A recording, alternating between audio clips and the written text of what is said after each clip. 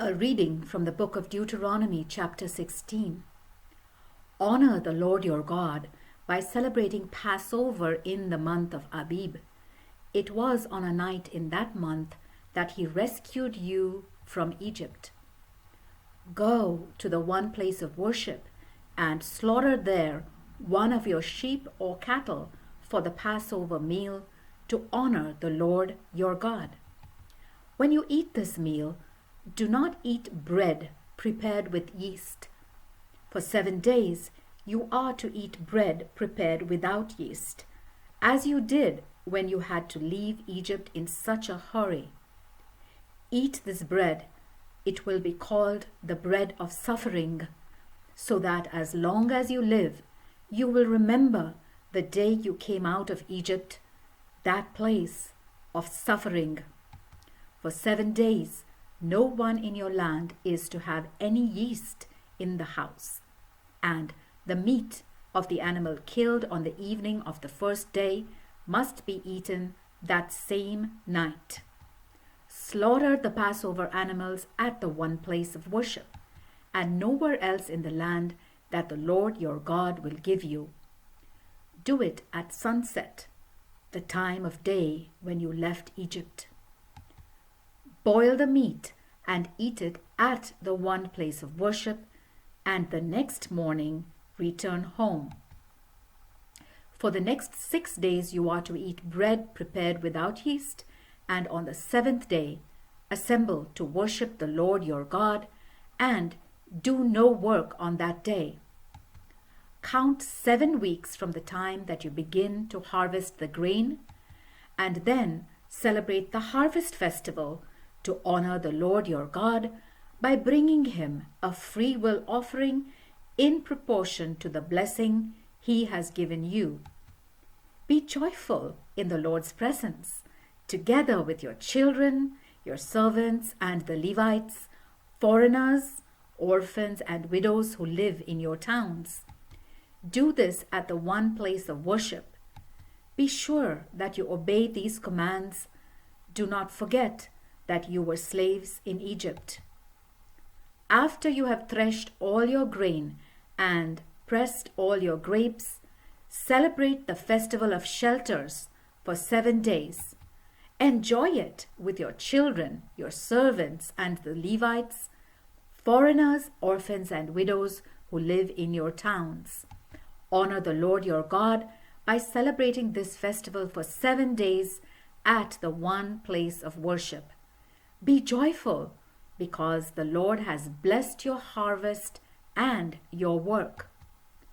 All the men of your nation are to come to worship the Lord 3 times a year at the one place of worship: at Passover, Harvest Festival, and the Festival of Shelters. Each man is to bring a gift as he is able, in proportion to the blessings that the Lord your God has given him. Appoint judges and other officials in every town that the Lord your God gives you. These men are to judge the people impartially. They are not to be unjust or show partiality in their judgments, and they are not to accept bribes, for gifts blind the eyes even of wise and honest men, and cause them to give wrong decisions. Always be fair and just, so that you will occupy the land that the Lord your God is giving you, and so that you will continue to live there. When you make an altar for the Lord your God, do not put beside it a wooden symbol of the goddess Asherah, and do not set up any stone pillar for idol worship. The Lord hates them. The word of the Lord.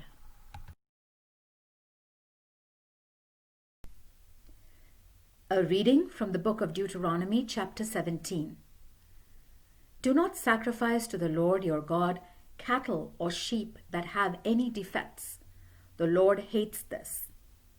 Suppose you hear that in one of your towns some men or women have sinned against the Lord and broken his covenant by worshipping and serving other gods, or the sun, or the moon, or the stars, contrary to the Lord's command? If you hear such a report, then investigate it thoroughly. If it is true that this evil thing has happened in Israel, then take them outside the town and stone them to death.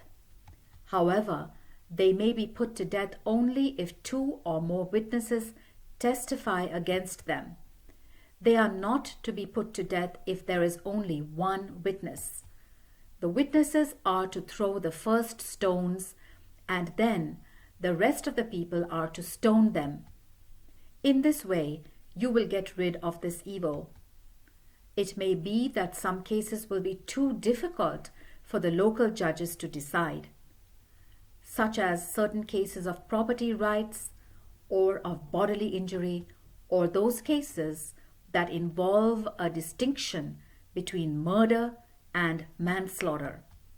When this happens, go to the one place of worship chosen by the Lord your God and present your case to the Levitical priests and to the judge who is in office at that time, and let them decide the case. They will give their decision, and you are to do exactly as they tell you. Accept their verdict and follow the instructions in every detail. Anyone who dares to disobey either the judge or the priest on duty is to be put to death. In this way, you will remove this evil from Israel. Then everyone will hear of it and be afraid, and no one else will dare to act in such a way.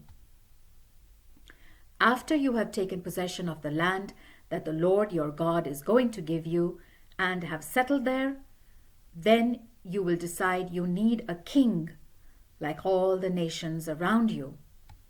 Be sure that the man you choose to be king is the one whom the Lord has chosen. He must be one of your own people. Do not make a foreigner your king. The king is not to have a large number of horses for his army, and he is not to send people to Egypt to buy horses, because the Lord has said that his people are never to return there. The king is not to have many wives, because this would make him turn away from the Lord, and he is not to make himself rich with silver and gold.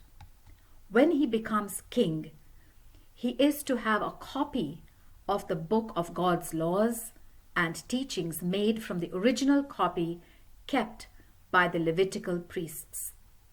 He is to keep this book near him and read from it all his life, so that he will learn to honor the Lord and to obey faithfully everything that is commanded in it.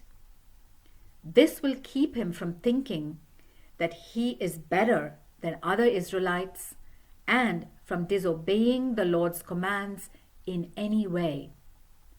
Then he will reign for many years, and his descendants will rule Israel for many generations.